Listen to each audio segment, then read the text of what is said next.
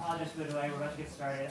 Welcome. We're so glad you could be here. This event today is being sponsored by Silliman, the Student Organization for Legal Issues in Middle East and Africa, and the International Human Rights Law Society. We're really glad that we can all come together and have a discussion about something that I'm sure is very much on everyone's mind right now, the troubling events going on in Gaza. So with that, I will turn it over to Professor Silliman, and we'll get started. Thank you very much. I can't think of a more timely subject for discussion today, since we are in the 18th day of conflict in Gaza, in a very, very difficult situation, and the reason for us being here today. And what I want to stress is that although we're going to have some experts up here in the front of the room, this is really more for your benefit. So what we want to try to do is to engage you in the discussion and invite your questions and comments, particularly after we've gotten started. And we will be joined by a third panelist in just a minute. But let me take the opportunity to introduce very, very briefly the two panelists that are already here. Shai Ginsburg, in the middle over there, is a professor of Israeli culture in the Department of Asian and Middle Eastern Studies here at Duke. And in that capacity, in his work, he examines the ways ideology and politics shape culture. Our other panelist here is Marty Rosenbluth. Marty is a staff attorney with the Southern Coalition for Southern Justice right here in Durham.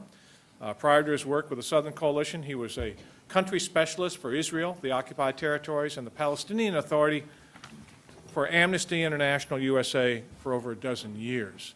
And our last panelist, when she joins us, is Professor Miriam Cook.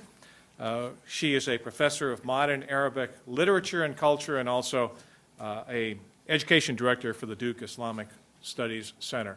And if Miriam, for any reason, is delayed, I may take the liberty of choosing her husband to come down, Bruce Lawrence, who is also an expert in this area in the back. But anyway, what I want us to do is to make sure that we have a good baseline for our understanding. And I've asked Shai, if he could, to give us a little bit of a historical perspective on what has gone on, the relationships between the Palestinians and the Israelis going back, gosh, almost 60 years. But Shai, if you can give us a flavor for it, and then I'll invite our comments. Scott, is this event being recorded? It is being recorded.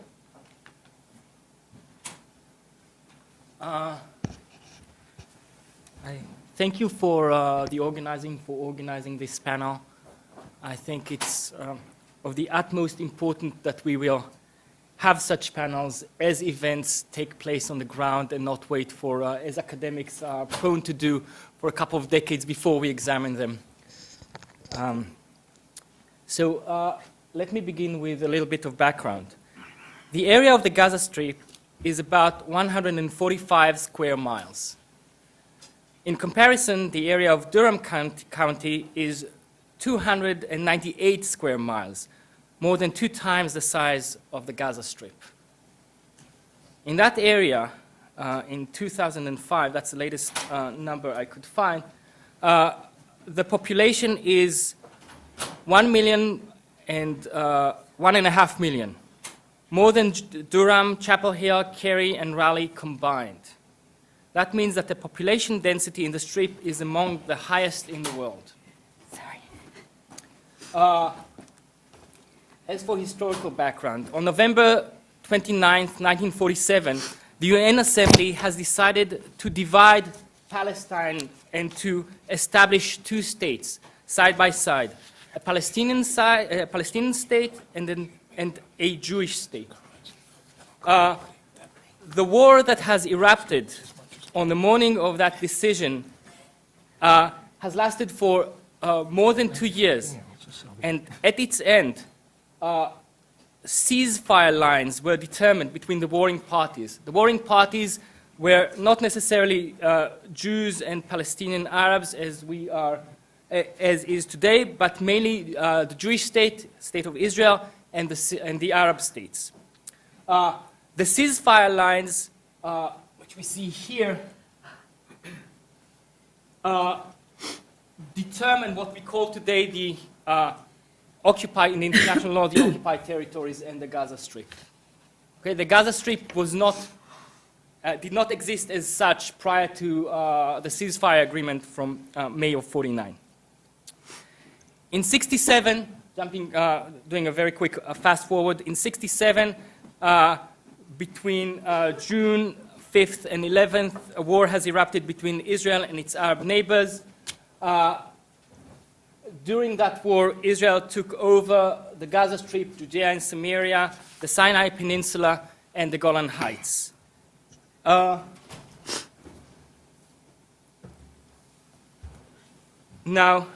I'm not going to go into the intricacies of the politics that follow the occupation, but I think we should know that since the mid-1980s, Gaza has been perceived by the Israeli public as distinct from the West Bank. It was perceived as a more radical place, as a place that is nearly impossible to rule because of the density of population, because of the absence of infrastructure, because of the lack of resources, natural resources, but mainly because of its ideological bent.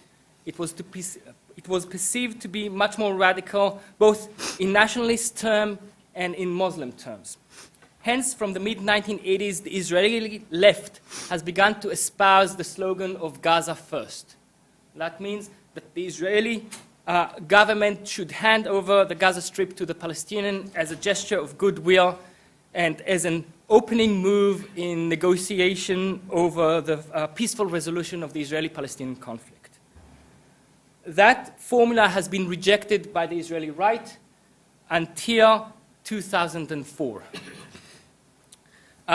Following nearly 4 years of the Second Intifada, continuing attacks on the Jewish settlements in the Gaza Strip by Palestinian militants, and the realization that many of the attacks on Israeli targets within the Green Lines were carried out by people from Gaza, has convinced the Israeli center and the Israeli government to withdraw Israeli forces from Gaza.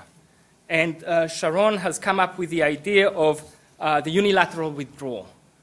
Now, this is the unilateral withdrawal, on the face of it, adopts the slogan of the Israeli left, Gaza first, but with one major distinction, and that is Sharon was talking about a unilateral withdrawal rather than a withdrawal that is done with negotiating over orderly handing over of power to some kind of Palestinian entity.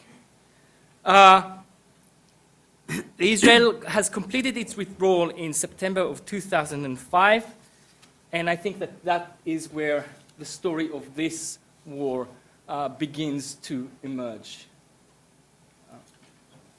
Thank you, Shai. Let me now invite Professor Cook, if she could, to give us a perspective on it, Miriam, and I invite you either to use the podium or sit where you are, and then we'll invite Marty for some comments, and then I'd like to maybe throw out some questions to all three of you to see if we can get a dialogue going. So, Miriam, if you would. Sure. Actually, maybe I'm okay here. Yeah, then I can keep my water. First of all, apologies for arriving late. I couldn't find a place to park my car.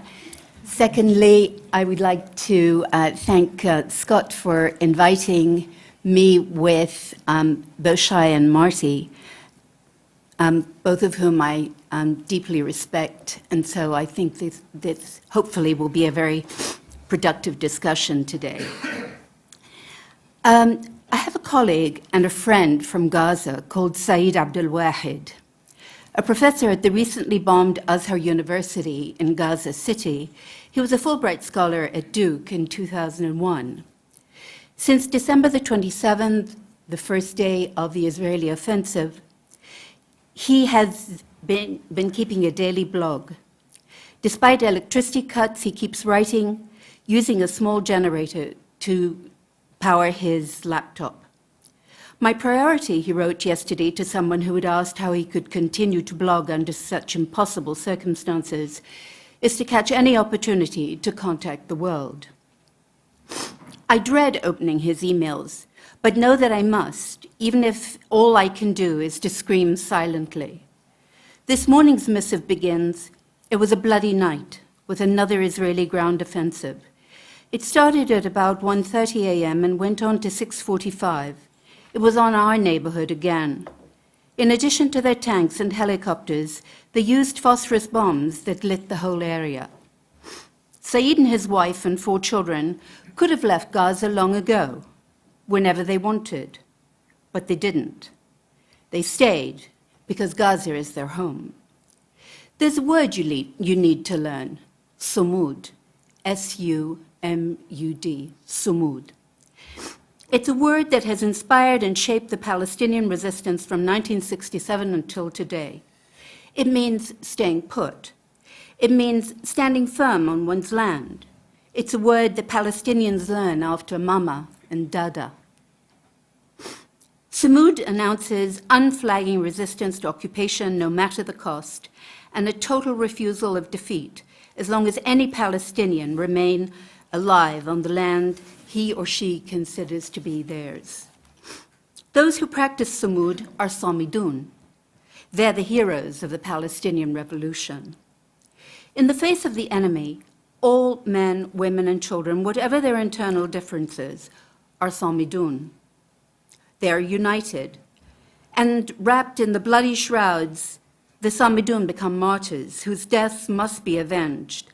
Like the Hydra of Lerna, each head decapitated produces 2.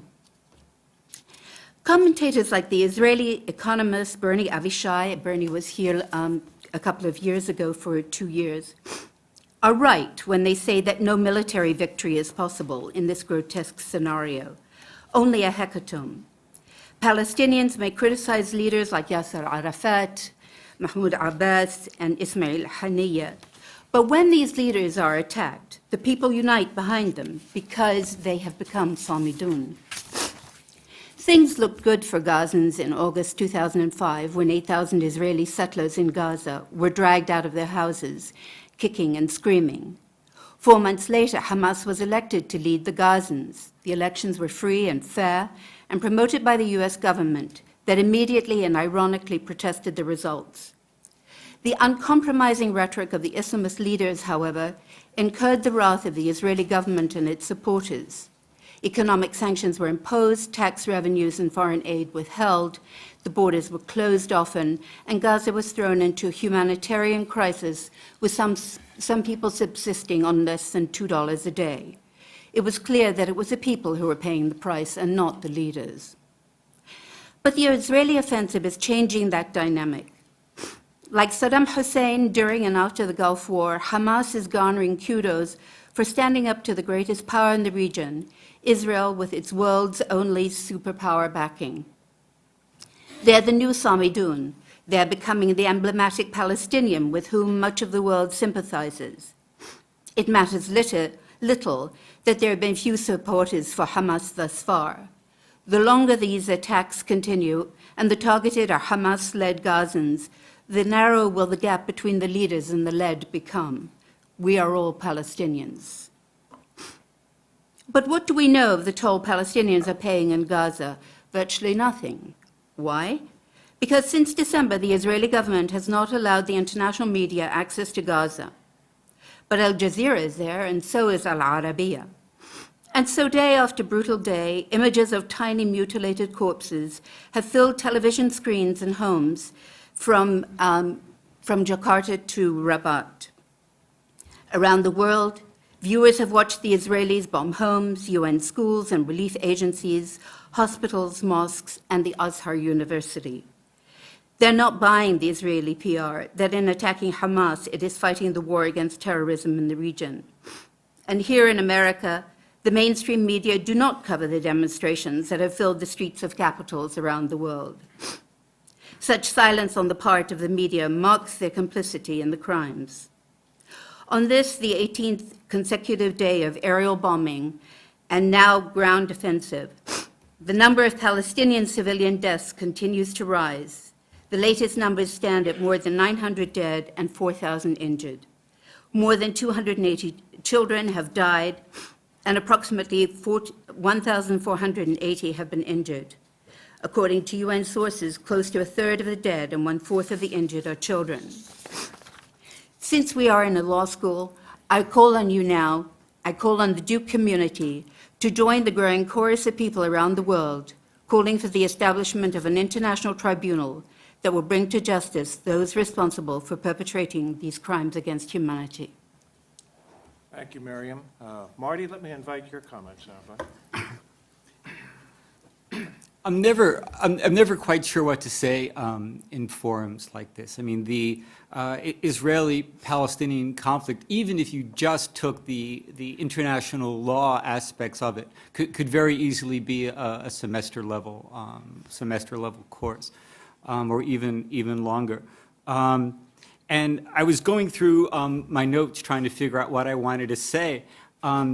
And very depressingly, I realized that I could give exactly the same talk I gave 15 years ago, but just change the names. I could give exactly the same talk I gave after the war in Lebanon, and just intersperse Hamas for Hezbollah in northern Israel for southern Israel and Gaza for southern Lebanon. When I was in my capacity as Amnesty, I had the privilege of being part of Amnesty's fact-finding mission on the ground during the war between Hezbollah and Israel in summer of 2006. In fact, in my first summer of law school, what did you do on your 1L summer? But, and what really struck me, and actually I was on the Israeli side of the border. I was in northern Israel documenting attacks by Hezbollah on Israeli civilians, but also because the Amnesty mission who was in southern Lebanon couldn't interact with the IDF, with the Israeli Defense Forces. We also had meetings with them. And what struck me is the fact that I think that what makes this conflict so uniquely difficult to resolve is that both sides see themselves as David in the battle of David and Goliath, that both sides see themselves as the weaker party. And I do believe that's sincere. There's an article in today's New York Times, Israelis united on Gaza war even as censure rises abroad, which is talking about how the conflict is viewed by Israeli civilians. And when I was driving to work this morning, I was listening to NPR of interviews with Palestinians in the West Bank, actually talking about how Palestinians in the West Bank were reacting to the conflict. And both the Israelis in this article and the Palestinians in the West Bank see themselves as isolated, see the world as against them, see themselves as the weaker party in this conflict. And I know that I was asked to keep my remarks really brief, and I'll try to do that. But I think that the essential thing that we have to do is to try to shift the discussion about this issue from the purely political sphere of my side's right and their side's wrong to a human rights dialogue, to an international law dialogue, to acknowledge that human rights violations have been committed by both sides to the conflict, by both parties, and that the only way that we're going to get around this is if the international community as a whole says to both sides that we're going to judge you by the same standard, that the killing of civilians is wrong regardless of what your justification is. As Irene Khan, the Secretary General of Amnesty International, once said, that we oppose these violations whether they're committed in the name of security or in the name of liberty. And again, just to give you two examples just from today, I think that everyone has been, well, not everyone, obviously not people here, but if you look at the international reaction, from the Arab world, people have been very critical of the U.S. government for uncritically supporting Israel and taking Israel's side exclusively. Yet, we don't hear that much, criticism from the Arab world about the fact that the UN Human Rights Commission, yesterday, issued an incredibly one-sided condemnation of the conflict, only blaming Israel. It was exactly the same during the Lebanon War. That's how the sides lined up. And this isn't new, and I just want to read one quote, if I may, and then I think we'd like to hear your questions. But in 1998, the International Commission of the Red Cross, which doesn't just do disaster relief. I mean, the ICRC, for those who are not familiar with international humanitarian law, are the arbiters of international humanitarian law, what's often called the laws of war. And in 1998, the ICRC surveyed public attitudes about the rules of armed conflict in 17 countries, either countries that were very recently post-conflict or in fact were involved in current conflicts. And one of the sites that they studied was Israel and the occupied territories. Now understand the ICRC is dealing with some pretty bleak situations. And they said that of all the conflicts that they surveyed worldwide, of these 17 conflicts, that the attitudes of the civilian population in both of these areas was by far the bleakest. And what they said was, and I'll just read this one paragraph, perhaps as no other place in the world, the conflict between Israelis and Palestinians, as well as the Arab states, has engaged entire societies and left a distinction between combatants and civilians in tatters. The consequences are evident in the depth of mobilization in both societies, the scale of disruption and injury, the permissive attitude towards the treatment of prisoners, and the heightened willingness of all parties to put civilians at risk. The principle of separation between combatants and civilians during wartime has all been demolished by 50 years of in total engagement in conflict. More so than in any other country studied by the RCRC, Israelis and Palestinians continents attacks on civilians during wartime. That was 1998. Absolutely nothing's changed, and it has to stop. Okay, thanks, Marty. Shai is asked to make a brief response, and then I want to throw a question to the panel. Originally, I was asked to represent or to talk about the Israeli position, and that's what I'm going to do. Although I cannot represent Israel, but I can talk about what I read in the Israeli media. And the following is based on commentators in the three major Israeli papers since the beginning of the war. When Israel withdrew its forces from the Gaza Strip, or the assumption of the Israeli public, once Israel withdrew its forces from the Gaza Strip, is that by this, Israel hands over responsibility over the Gaza Strip to the Palestinians. And that Palestinians are now to be held responsible for whatever violence against or for whatever attack on Israeli targets that incurs in the aftermath of that withdrawal.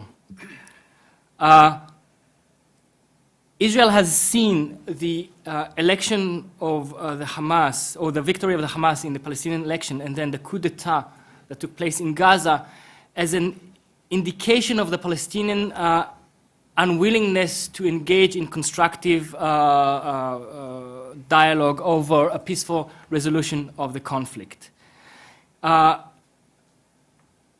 Mortars and rockets launching directed at Israeli targets has only intensified following Israeli withdrawal.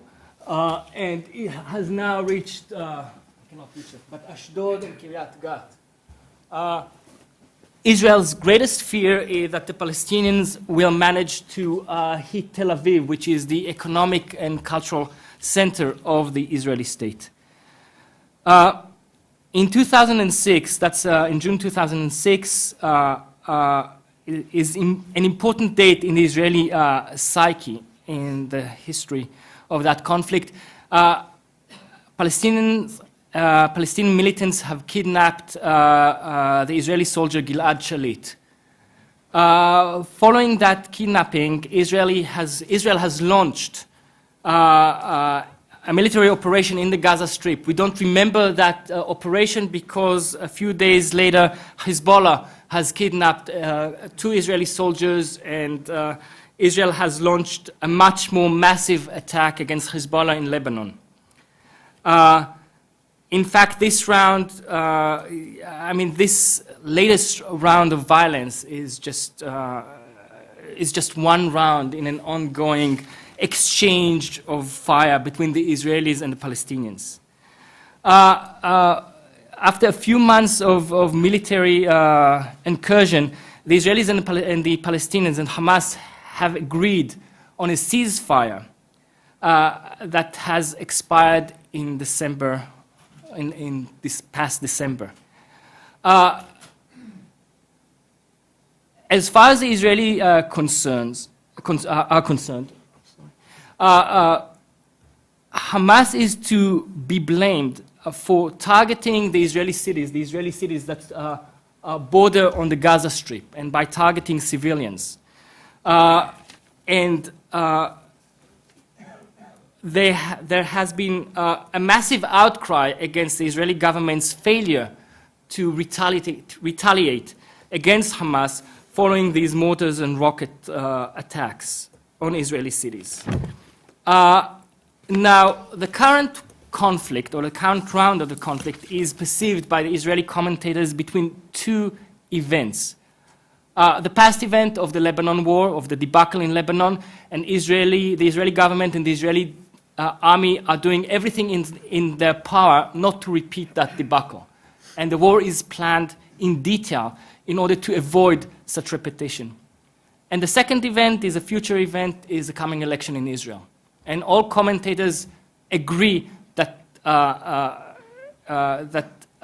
all parties have vested interest in the conflict and are trying to gain votes in the coming election through that conflict, or through.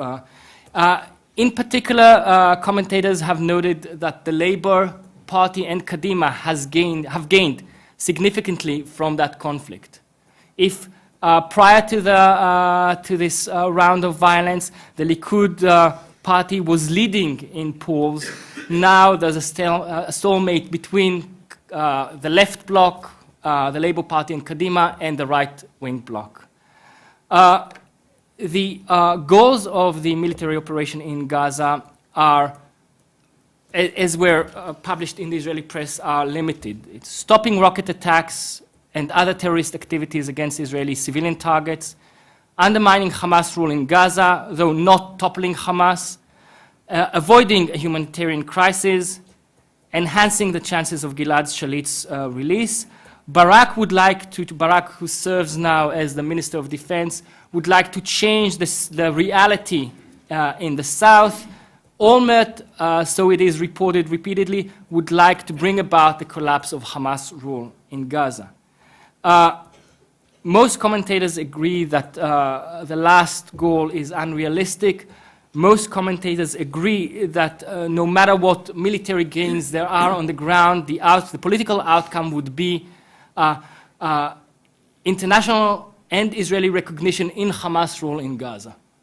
Okay, thank you, Shai. Let me focus in on one area, because I think what we really need to agree upon right now is that there is a massive humanitarian crisis that's going on in Gaza.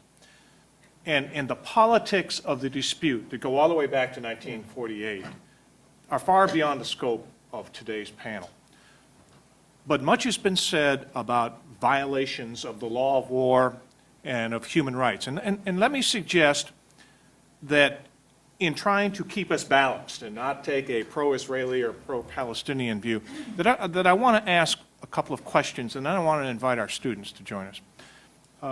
The UN High Commissioner for Human Rights has suggested that there were specific human rights violations and perhaps even war crimes in two instances. And Miriam, I think you alluded to this, the UN school and also a building where the Israelis supposedly told some Palestinians to seek shelter, and then that building was targeted. Now, to say that makes it too simplistic, because the law of war does not say that civilians can never be killed. Civilians cannot be targeted, but civilians will be killed, and it's called collateral damage. And the additional protocol to the Geneva Convention has a very precise formula on that. But it's not easy to read the newspapers and say the Israelis committed a war crime or they did not. On the other hand, you can ask the question of, with the massive armed force available to the Israelis to control the skies over Gaza, there is also a principle of international law that requires proportionality in response, both in what we call the jus ad bellum and the jus in bello. And I think we need to ask, with regard to Israel, have they exercised and applied the law of proportionality, particularly in the ground offensive which was commenced, which may be more than was required to stop the target?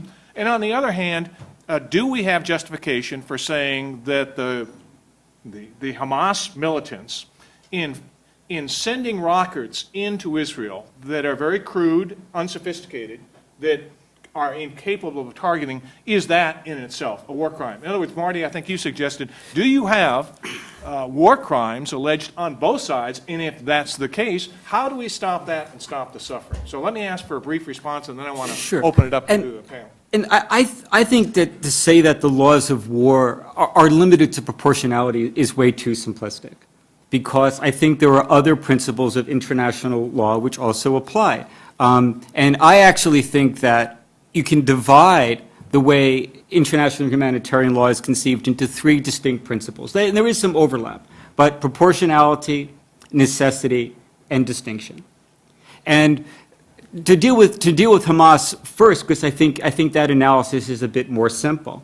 And in fact, it was exactly the same analysis that we used during the Lebanon war, is that these rockets, and again, this argument actually just drives me crazy, is that people say, well, somehow because Hamas's weapons aren't as sophisticated, that somehow lets them off the hook. I think, in fact, it's the opposite. Because if you break international humanitarian law into three principles of proportionality, necessity, and distinction, the fact that these rockets cannot be aimed makes them inherently indiscriminate.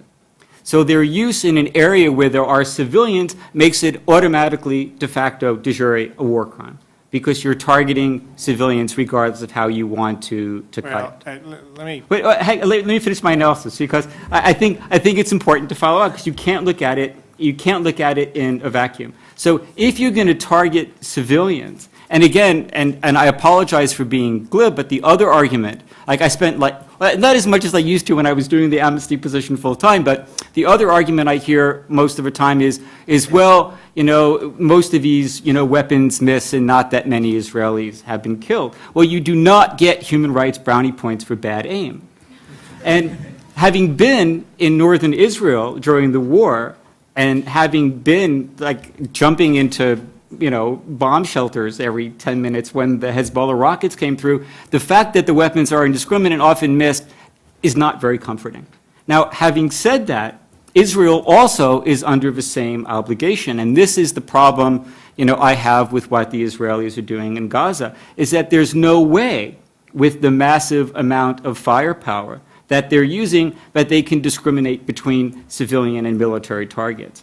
And again, I'm not holding them to any standard they haven't set for themselves, but Israeli experts have said in the media, on the news, that every target that they pick is vetted by international law experts. The Israelis said the same thing to us during the Lebanon war. So if they're going to drop a 1-ton bomb on an apartment building to target one Hamas member, who, by the way, was not alleged by the Israelis to be as part of the military command. He was part of Hamas's political structure.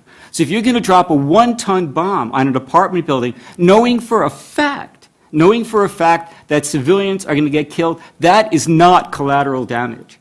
I do not accept that term. That is an intentional decision to acknowledge that there will be civilian casualties. The rule of law, for those of you who are interested in that, under the Geneva Convention, is that when you are targeting where there are civilians in the area, the additional protocol 1 says that the collateral damage, the death of civilians, must not be excessive to the value of the target. That's right.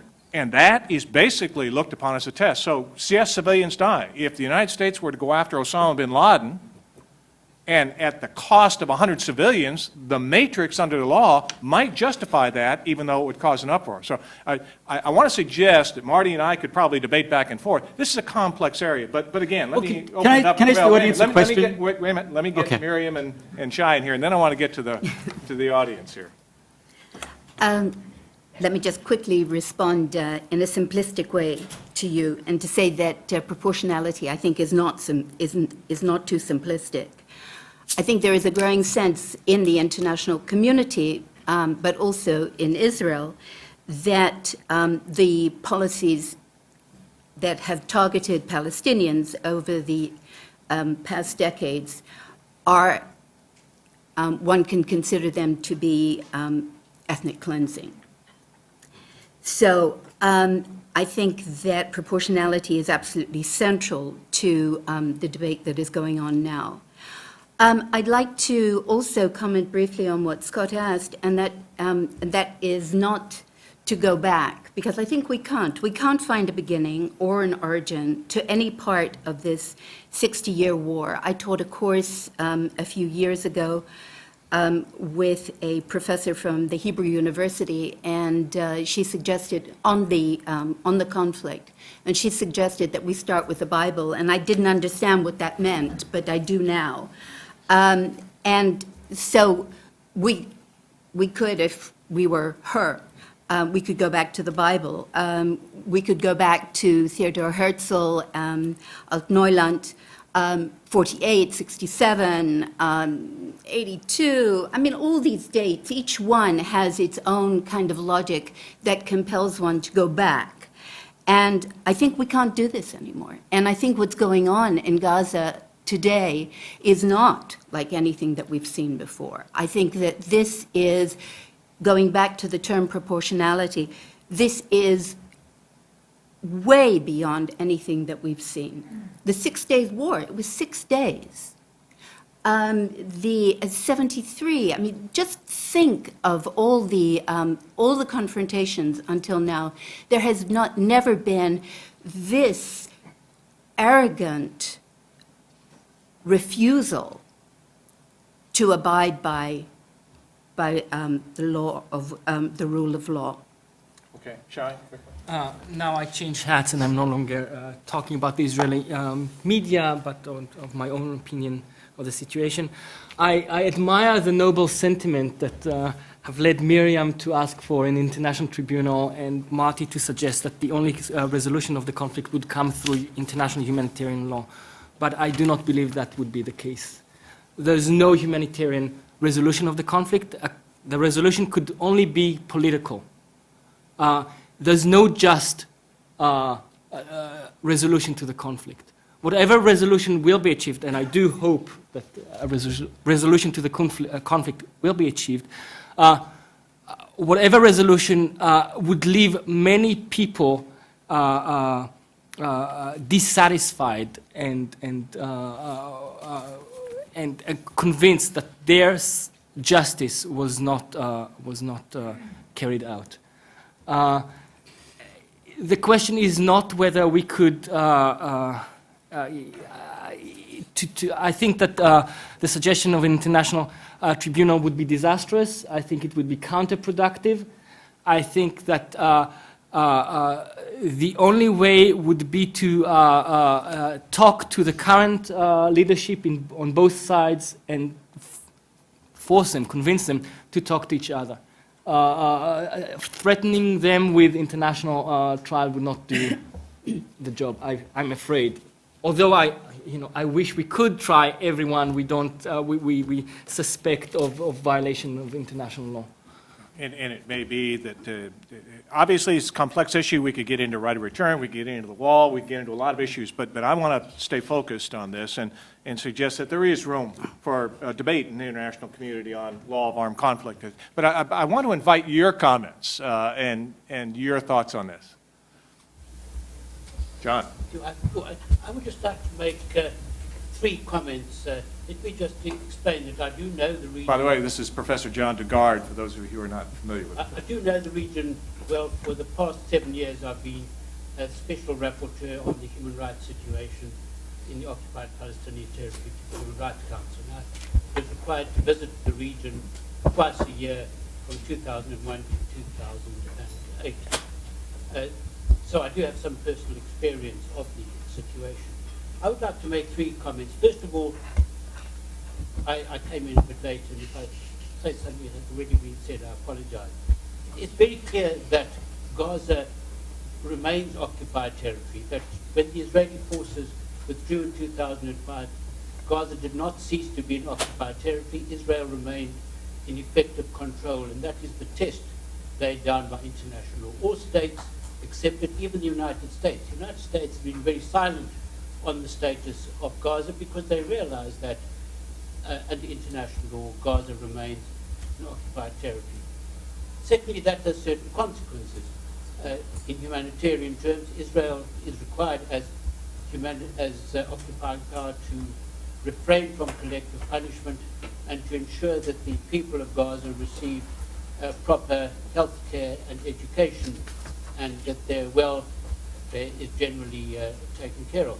Now, it's quite clear that for the past few years, particularly since Hamas came into power, that Israel has shown very little concern for the civilians of Gaza. It has cut off electricity, fuel, limited access of the humanitarian agencies to supply food and health care.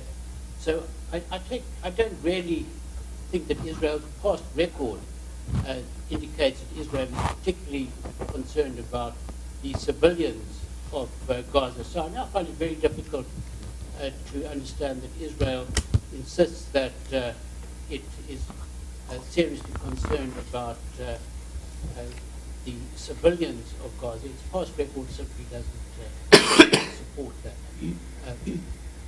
Let me just make one final point in respect to the last point that Shai made, which I think is absolutely crucial. It's essential to bring about an end to this conflict. If we have the strange situation at present that no one speaks to Hamas. Israel does not speak to Hamas. The United States does not speak to Hamas. The European Union does not speak to Hamas. Even the United Nations has a policy of not speaking to Hamas. Now, how can one resolve a conflict when no one is speaking to one of the parties to the conflict? And what, for me as a South African, is so bizarre is that in the South African context, when the African National Congress was in opposition to the apartheid regime in South Africa, the international community spoke to the ANC, and ultimately this brought about a peaceful change in South Africa. But in the case of Gaza, because Israel and the United States say we don't talk to a quote terrorist organization, no one speaks to Hamas. And until there are direct negotiations between Israel and Hamas and the international community, I really cannot see any end to the conflict. And we can assume, John, that that is one of the things that the new administration and Secretary Clinton and President-elect Obama will consider as far as opening up direct dialogues with Hamas. But let me ask you a specific question, which has come up in our discussions. Do you agree that there is some right under international law for Israel to respond militarily with some kind of a proportionate response to the missiles coming out of Gaza? Very important to stress that when we talk about war crimes, that Hamas is also guilty of war crimes, because as a non-state actor, it is also bound by the protocols of the Geneva Conventions, and so it is responsible for targeting civilian targets without distinction. And so I think one must stress that party or actors on both sides are guilty of war crimes. I accept that Israel is entitled to respond, but I agree with you entirely that the response has been completely excessive and disproportionate. And I think that's the real problem that we confront. Okay. Thank you, John. Can I just put one comment? Very quickly. In fact, Israel has been talking directly to Hamas. There was a meeting of senior advisors to Prime Minister Olmert and senior Hamas leaders on the second day of the war. Unfortunately, this meeting has come to naught. So they have been, I don't know if there were further meeting following that initial meeting. It was the Europeans were mediating between the two sides. I don't know if they were, and of course it was never publicized, but they have been talking to each other and have failed to agree on any way to conclude, to resolve the conflict, the current round of the conflict. I want to go to some other questions from the floor. Yes, Dan. Speak loudly if you can. On the issue of targeting, I wonder, first, when militants, the reports are that Hamas militants intermingle with the civilian populations, and this is the same problem that the U.S. has in fighting its war on terror. When that happens, when you have militants hiding in mosques, hiding in schools, hiding in hospitals, international law says that those things then might become legitimate targets. So then how is Israel to respond to that? Second, when you're dealing with a government, if the Hamas government, that which espouses destruction of the state of Israel or espouses hate, do the political people in that government become legitimate targets? And then third, when you go on to proportionality, when you are dealing with a government which is espousing hate and which is saying we're never going to stop until Israel's gone, what is proportional? I'd like to try to answer that, because I think, again, and I didn't mean to say proportionality wasn't important, but I think it can't be looked at in a vacuum. But I think that your question is puts it into a good framework. So if there is in fact one militant, does the Israeli military have the right to kill 100 civilians in order to target that one militant? And just to put it into a framework, how many people have ever been to Washington, D.C.? Okay, now when you went to Washington, D.C., how many people went from the airport to the city on the metro? Okay, what's the third stop on the way from the airport going into Washington, D.C. on the metro? Does anybody know? The Pentagon. Okay, so now how many people then get off at the Pentagon who work at the Pentagon? Is the Pentagon a military target or a civilian target?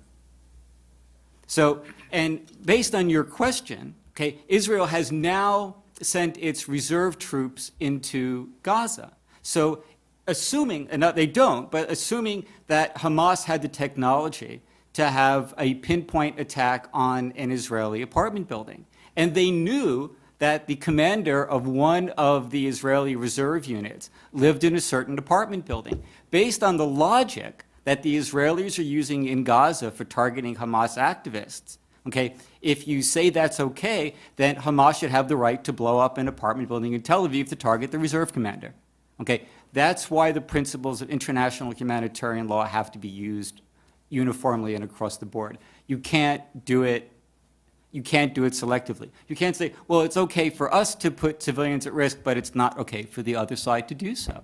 Okay, that's why that principle is so essential. Now, as to the ideology question, and again, I assure you, I'm very sympathetic to the fact, and I'm well aware of it. My son came home from Hebrew school on Sunday, and he said, Papa, who do you think the bad guys in this conflict are? And he said that in his Hebrew school that they taught them in an assembly that Israel's war was entirely defensive, that Israel has to protect itself, that, we're fighting this war, because, Hamas hates us and wants to kill all of us.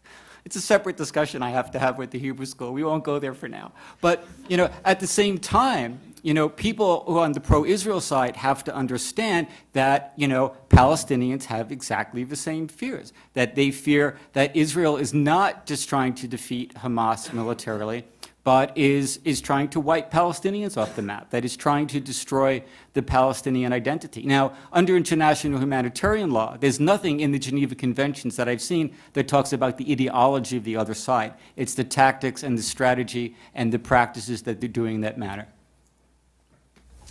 Can I just make a brief comment? Yeah, it's very brief. I think one thing that maybe has not been mentioned here, but that has been much covered, of course, Gaza is the most densely populated area of the world.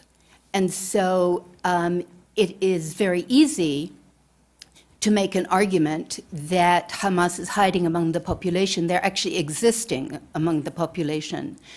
And the recent attack on that school that Israel had originally said they were retaliating because they had identified a rocket that came from there.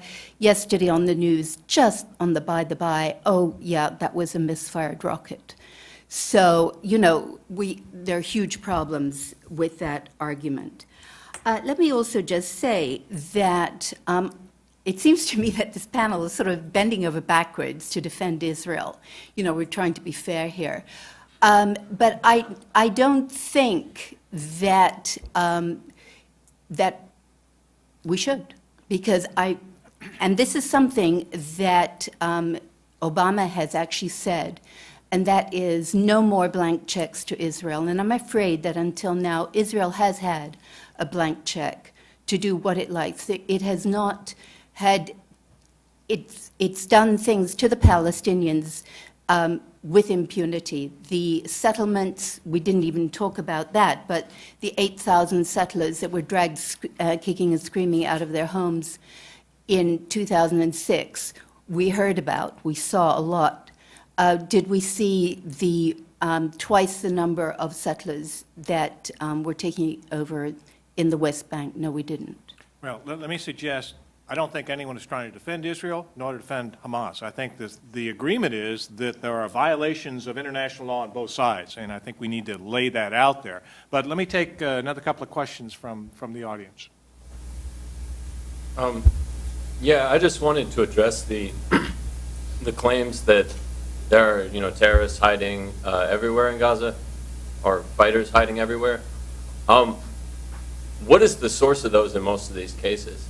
I mean, a lot of times I see like Israeli military people saying that. I mean, what's the independent confirmation? Foreign journalists aren't there. There's no independent confirmation. In fact, during time of peace, if we could call the ceasefire time of peace, Israeli journalists have commented many times that the Israeli army is getting a blank check in identifying possible targets for what they call surgical assassinations. And it has come in front of the Supreme Court, and the Israeli Supreme Court, has accepted the position of the Israeli army that it is to be solely responsible for identifying such targets. Well, and again, I think, and again, it's difficult to get independent corroboration because no one's allowed in, but I mean, I've seen reports from Amnesty and from Human Rights Watch that Israeli soldiers in Gaza are using a practice that they've used in the West Bank and in Gaza time and time again, where they'll take over an apartment building, they'll confine the family to one room, and they'll use that entire family as quote-unquote human shields.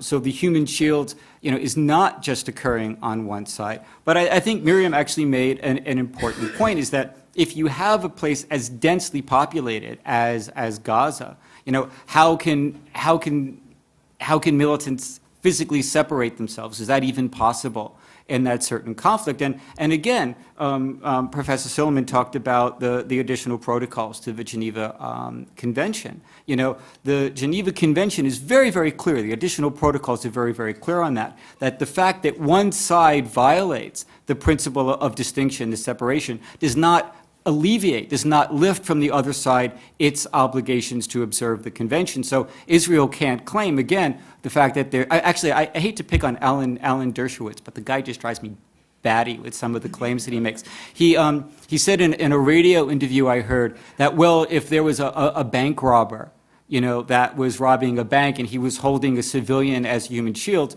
and was shooting at the police, if that civilian was shot by the police, wouldn't it be the bank robber who's accountable? Well, that analogy is completely false, because the analogy in this circumstance would be, well, if the Israelis dropped a 1-ton bomb on the bank to try to kill the bank robber and killed 100 civilians, would the Israelis be accountable?